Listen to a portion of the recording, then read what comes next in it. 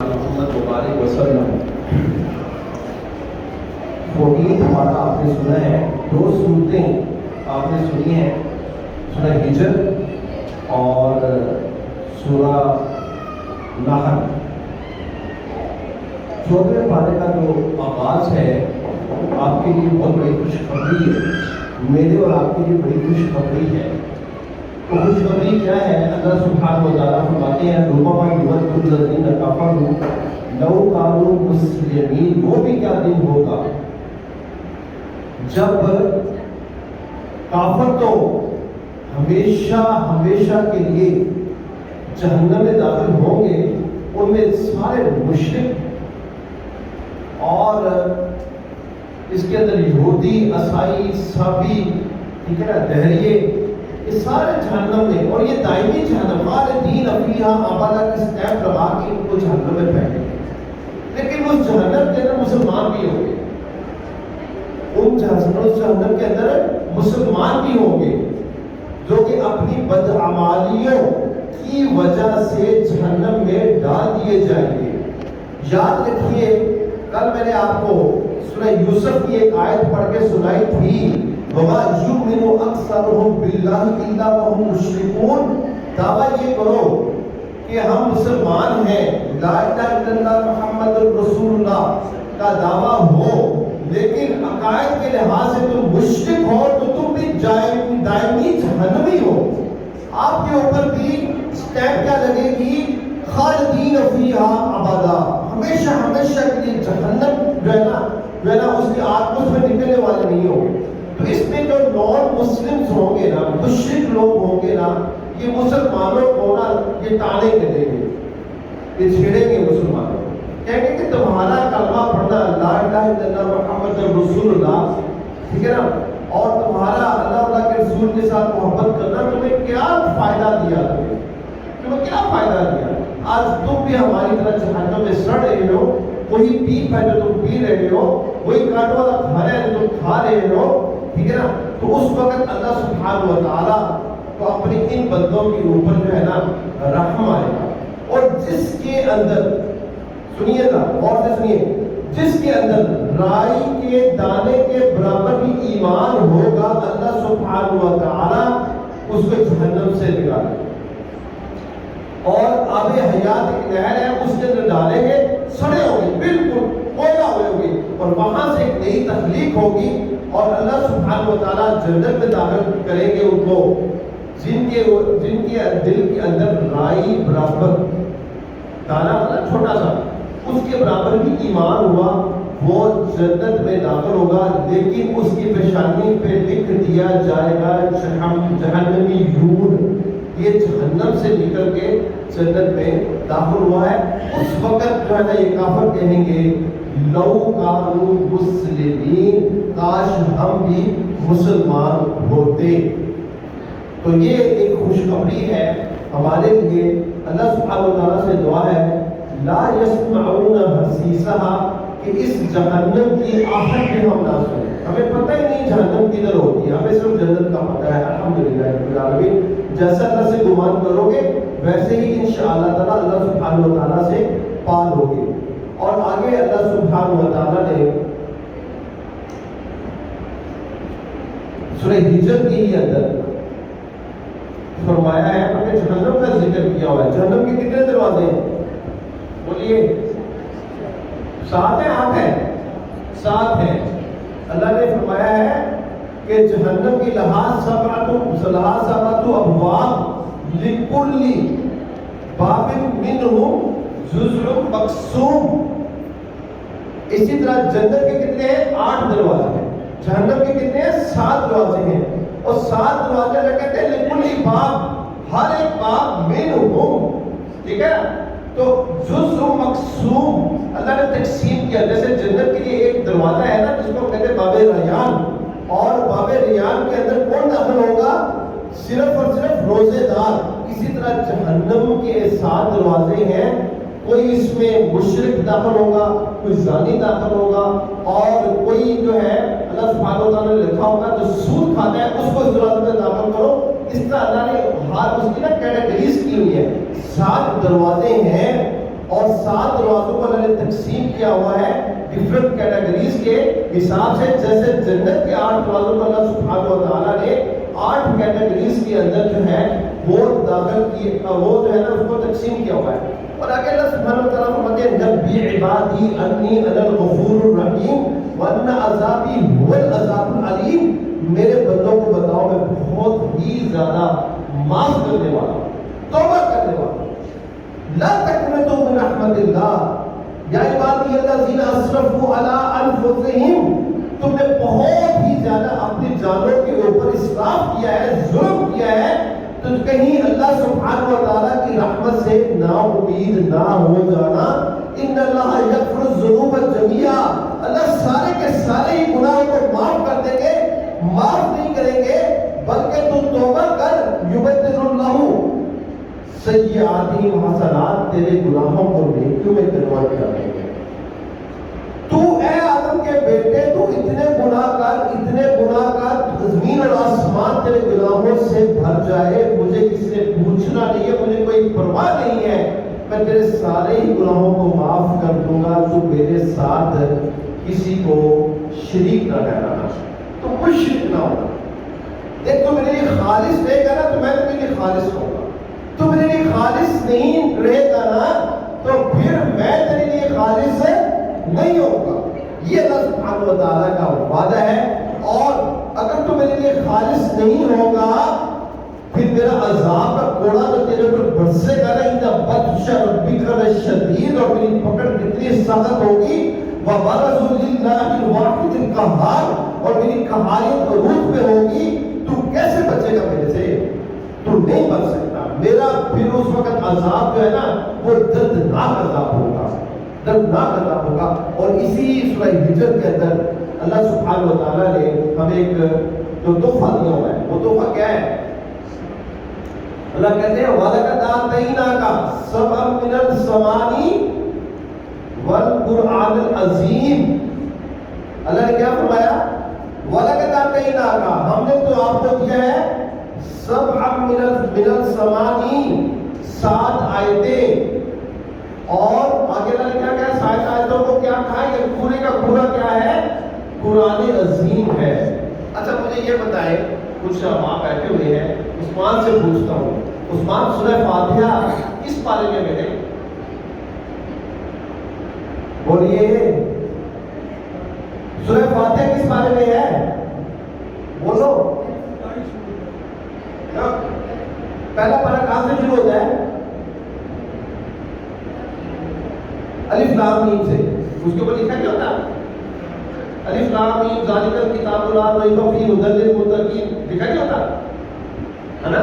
سیقول صفا لکھا نہیں ہوتا. تلک الرسول لکھا نہیں ہوتا. لن تنالوا البر والمحسنات لکھا نہیں ہوتا. لا یحب اللہ الجہل لکھا نہیں ہوتا. تو پہلی یہ جو سورت ہے سورہ فاتحہ، یہ کہاں سے آئی؟ یہ کس بارے میں ہے؟ یہ بیسیکلی قرآن العظیم ہے. یہ پورا قرآن ہے. یہ 7 آیتیں جو کہ بار بار دہرائیں. مثانی کا مطلب ہوتا ہے جو ایک چیز کو بار بار پڑھا جاتا ہو. یہ 7 آیتوں کو بار بار پڑھا جاتا ہے. ہر نماز کی ہر رکعت میں اس کو پڑھنا ضروری ہے. جس نماز کی رکعت میں سورہ فاتحہ نہیں ہوگی اس کی کوئی نماز نہیں ہے. تو یہ بیسیکلی جب بھی کوئی مصنف کوئی کتاب لکھتا ہے تو اس سے پیچھے اس کا ایک نا خلاصہ پہلے لکھتا ہے، پھر وہ جو ہے نا وہ آگے باب باندھتا ہے. تو یہ پورے قرآن کا خلاصہ ہے. اسی لیے یہ سورہ شفا ہے. پورے قرآن کو اللہ سبحانہ و تعالیٰ نے جیسے ایک سمندر کو کوزے کے اندر جو ہے نا ڈال دیا جائے، چھوٹے سے پیالے کے اندر ڈال دیا جائے، اللہ سبحانہ و تعالیٰ نے پورے قرآن کو سورہ فاتحہ میں ڈال دیا. آپ اس کی کوئی بھی 7 صورتوں میں سے ایک صورت اٹھائیں، قرآن کی کوئی صورت لا کے مجھے دکھا دے، میں اس صورت کو سورہ فاتحہ سے آپ کو نکال کے دکھاؤں گا کہ یہ سورہ فاتحہ اس آیت کے اندر فٹ ہوتی ہے. لیکن اس کے لیے قرآن ورژن کو تھوڑا سا نا یہ عقل استعمال کرے تو ہمیں پتہ لگے گا.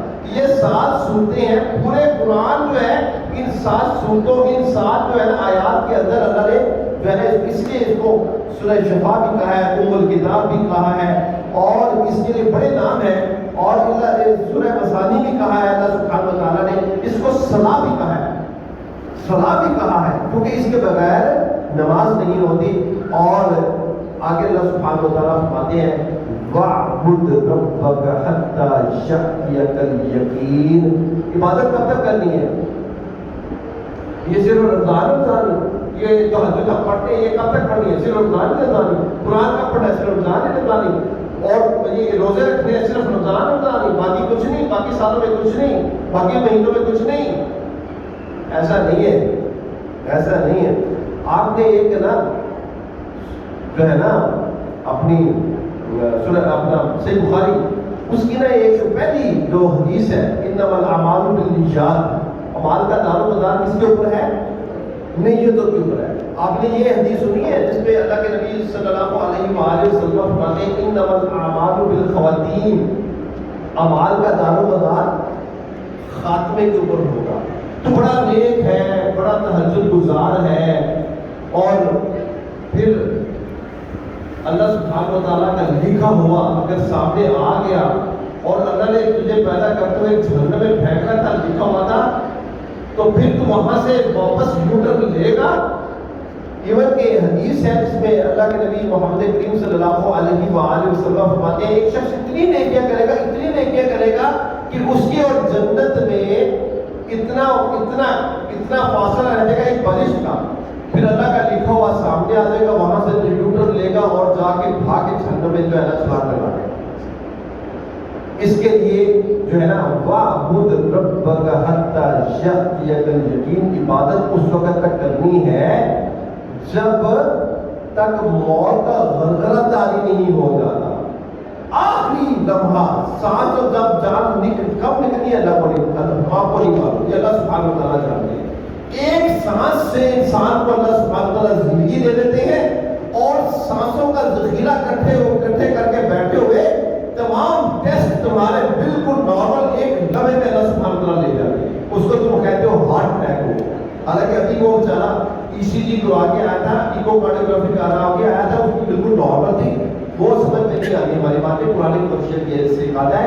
اس لیے اللہ سے دعا یہ کرو کہ اللہ سبحانہ و تعالیٰ ہماری جان کو اس وقت نکالے جب ہم ایمان کے سب سے اعلیٰ ترین مقام کے اوپر ہو، اس وقت اللہ سبحانہ ہو، اللہ بیت اللہ نہیں ہو، سجدے میں ہو، بیت اللہ میں ہو، سجدہ تیرے گھر کے سامنے مطاف کے اندر سجدے میں ہو، اللہ تو جان نکالے، اللہ تو جان وہیں نکالے، لا الہ الا اللہ محمد رسول اللہ کے اوپر جان نکالے۔ اور جس کا آخری جس کا کلمہ منہ سے نکلے لا الہ الا اللہ محمد رسول اللہ، دخل الجنہ۔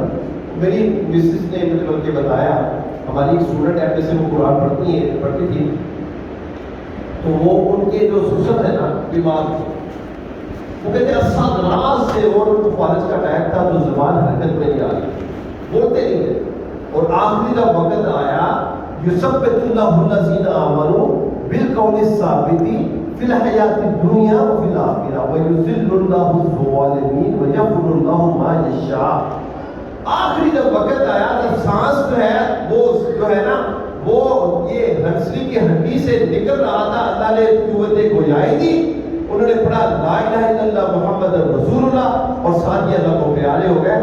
ایسی موت بھی جو ہے نا اللہ سبحانہ و تعالیٰ، اور تم لا الہ الا اللہ محمد رسول اللہ کو ڈٹے لگاؤ نا، اور وقت آنے کے اوپر تمہاری زبان سے یہ لفظ نکل جائے، ایسا نہیں ہوگا۔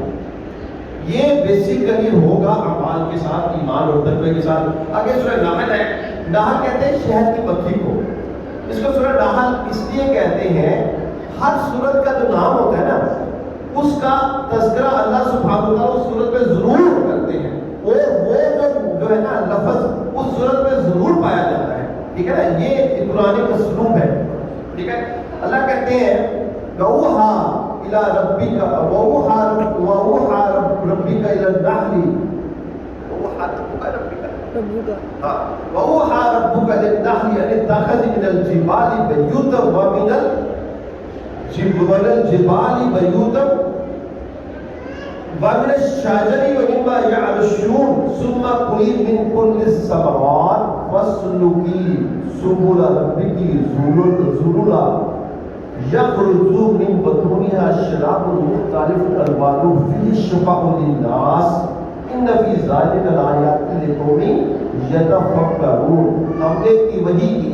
اب اس کا ترجمہ سنیے. اللہ کہتے ہیں ہم نے وحی کی النحل شہد کی مکھی کی طرف. اس کا مطلب ہے کہ جانوروں کو بھی ہدایت حاصل ہوتی ہے, ان کی طرف بھی وحی کی جاتی ہے. وہ بھی رب کی مخلوق ہے کہ وہ کیا کرے. ان تاخذ من الجبال بیوتا ومن الشجر ومما یعرشون, پہاڑوں پر اونچی اونچی بیلوں کے اوپر, چتیروں کے اوپر وہ کیا بنائے, بڑی لمبی لمبی اوپر اپنی دیواروں کے اوپر کیا بنائے, چھتے بنائے. ثم کلی من کل الثمرات, پھر وہ جو ہے مختلف پھولوں کا رس کو جو ہے نا باغ میں جا کے چوسے. فَاسْلُكِي سُبُلَ رَبِّكِ ذُلُلًا, پھر وہ اس راستے پہ چلے جو اللہ سبحانہ و تعالیٰ نے وحی کے ذریعے اس کو بتایا ہے. دیکھیں شہد کی مکھی جہاں مرضی چلے جائے نا, جہاں مرضی چلے جائے, اپنا چھتا اپنی ملکہ کو نہیں بھولتی. وہ وہیں جائے گی جہاں وہ چھتا جو ہے نا گھر وہ چھوڑ کے آئی ہے, کیونکہ اس کو اللہ سبحانہ و تعالیٰ نے وہ راستہ دکھایا ہے. اللہ کہتے ہیں یخرجون من بطونها شراب مختلف الوان, پھر ہم اس کے پیٹ سے نکالتے ہیں مختلف کلر کے جو ہے وہ شہد. اس کے اندر اللہ سبحانہ و تعالیٰ نے شفا رکھی ہے. شہد کے اندر شفا ہے. شہد کھانے سے شفا ملتی ہے, قرآن کی پڑھنے سے شفا ملتی ہے. گلے میں ڈالنے سے اگر شہد سے شفا نہیں مل سکتی تو قرآن ورژن سے بھی شفا نہیں مل سکتی. آگے اللہ سبحانہ و تعالیٰ کے اندر کہتے ہیں والخیل والبغال والحمیر لترکبوها وزینہ ویخلق ما لا تعلمون. اللہ نے ذکر پتہ کیا کہ والخیل, خیل کس کو کہتے ہیں, گھوڑے کو. بغال کس کو کہتے ہیں, خنجر کو. حمیر کس کو کہتے ہیں, گدھے کو. یہ اس وقت کی سواریاں تھی, یہ اس وقت کی سواریاں تھی. اللہ کہتے ہیں یہ جو ابھی تم سواریاں ہیں نا تو تم استعمال کرتے ہو, میں ایسی بھی سواریاں پروڈیوس کروں گا تم ابھی نہیں جانتے. وہ سواریاں نظر آتی ہیں نا آپ کو, کس طرح اللہ سبحانہ و تعالیٰ یہ گاڑیاں ہیں, ٹرینیں ہیں, موٹر سائیکلس ہیں, سائیکلس ہیں, جہاز ہیں. اللہ کہتے ہیں یخلق ما لا تعلمون, ہم ایسے بھی سواریاں پروڈیوس کریں گے جس کا تمہیں شعور بھی نہیں ہوگا, تمہیں معلوم بھی نہیں ہوگا. آگے اللہ سبحانہ و تعالیٰ اسی صورت کے اندر توحید کو بیان فرماتے ہیں والذین تدعون من دون اللہ لا یخلقون شیئا وهم یخلقون. جن کے پاس تم جاتے ہو اللہ کو چھوڑ کر, مجھے بتاؤ انہوں نے کیا چیز پیدا کی ہے. لا یخلقوا ذبابا ولا یجتمعون, یہ مکھی نہیں پیدا کر سکتے. یہ ساری الہ آپس میں مل جائے, یہ کہے کہ ایک مکھی کو پیدا کر سکے, یہ مکھی نہیں پیدا کر سکے. ان سے پوچھو انہوں نے پیدا کیا ہے, وهم یخلقون, اس حال میں کہ ان کے رب نے ان کو پیدا کیا ہے. یہ الہ کیسے ہو سکتے ہیں. وهم یخلقون اموات, اللہ کہتے ہیں مردہ ہے, مردہ ہے. اموات مردہ ہے, زندہ نہیں ہے. ولا یشعرون ایان یبعثون, ان کو یہ بھی نہیں پتا جو مردہ قبر میں پڑا ہوا ہے اس کو اللہ سبحانہ و تعالیٰ نے اٹھانا کب ہے. ہم کہتے ہیں پیر صاحب زندہ ہے, زندہ پیر قبر میں بیٹھا ہوا ہے. ان للہ و انا الیہ راجعون. آگے اللہ سبحانہ و تعالیٰ فرماتے ہیں, آگے تابوت کا اللہ سبحانہ و تعالیٰ وَلَقَدْ ذکر کرتے ہیں وَلَقَدْ بَعَثْنَا فِي كُلِّ أُمَّةٍ رَسُولًا أَنِ اعْبُدُوا اللَّهَ وَاجْتَنِبُوا الطَّاغُوتَ. جب اللہ کی تمہیں عبادت کرنی ہے نا, ہم نے جو ہے نا تمہیں تابوت کا انکار کرنا پڑے گا. تابوت کیا ہے, اللہ کے نظام کے اوپر کوئی بھی شخص اپنا نظام اللہ کی مخلوق کے اوپر جو ہے نا وہ لاگو کرنا چاہے تو وہ تابوت ہے. ایک جج وہ اپنی کرسی کے اوپر بیٹھ کر چوری کیے گئے مرد اور عورت کو 6 مہینے کی سزا دیتا ہے, وہ تابوت ہے. تو اللہ نے کہا سزا کیا ہونی چاہیے, ہاتھ کاٹ. اور ایک جج 1 سال کی سزا دیتا ہے ایک زانی مرد اور عورت کو, تو وہ تابوت ہے. حالانکہ اس کی سزا کیا ہونی چاہیے, کیا ہونی چاہیے, اس کو کوڑے لگنی چاہیے, اور اگر شادی شدہ تو اس کو رجم کر دینی چاہیے.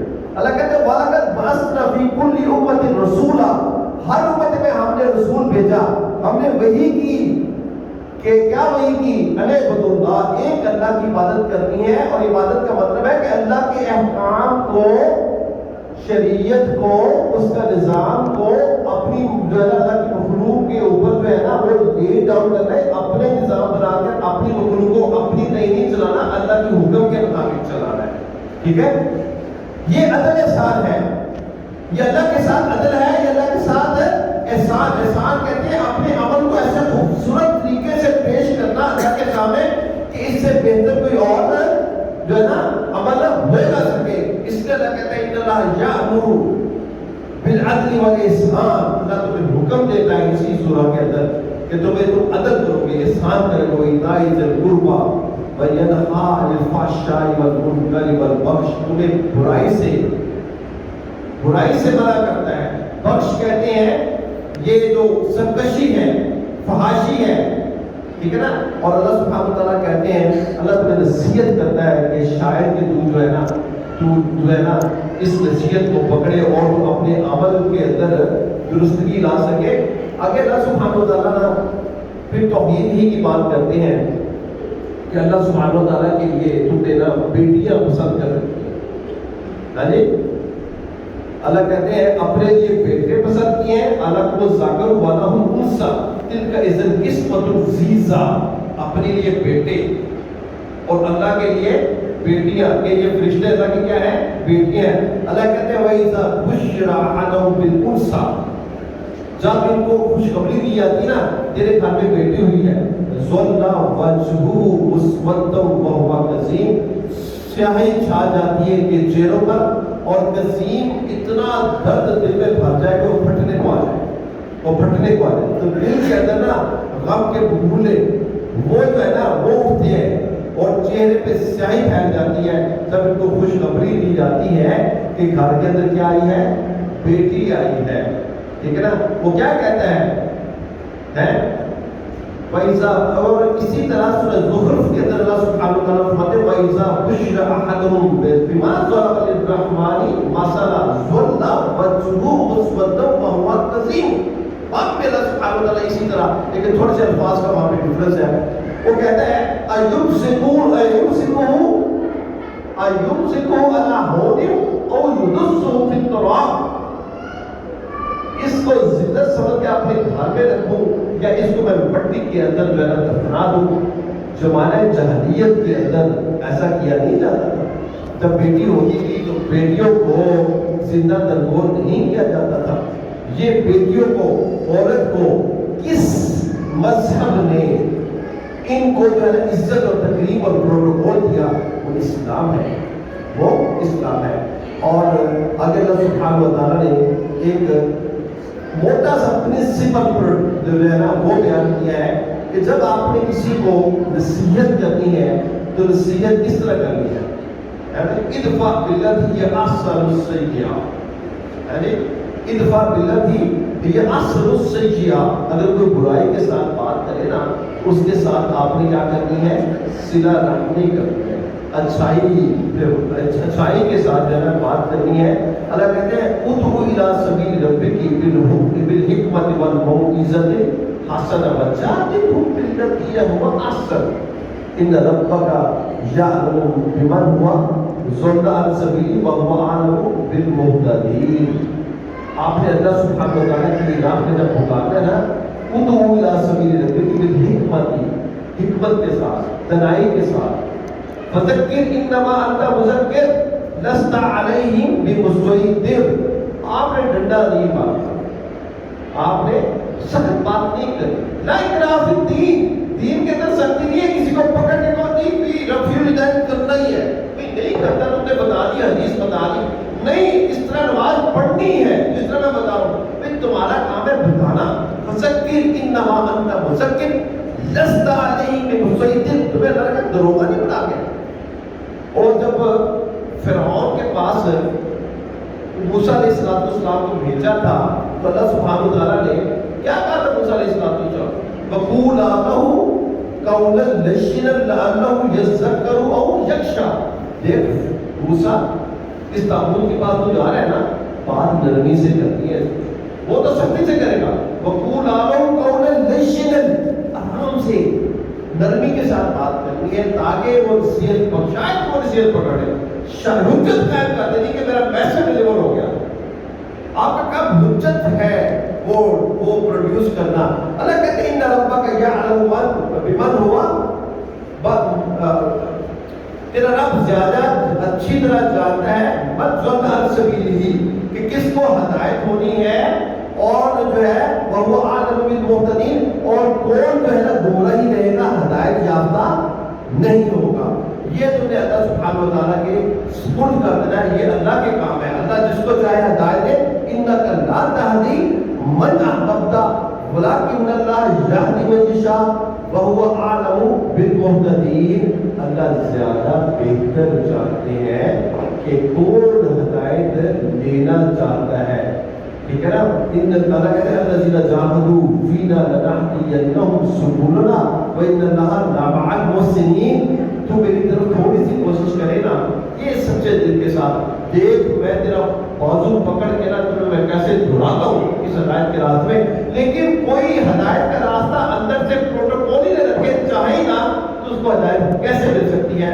اقول قولی ھذا استغفر اللہ لی ولکم سبحان ربک رب العزۃ عما یصفون وسلام علی المرسلین والحمد للہ رب العالمین.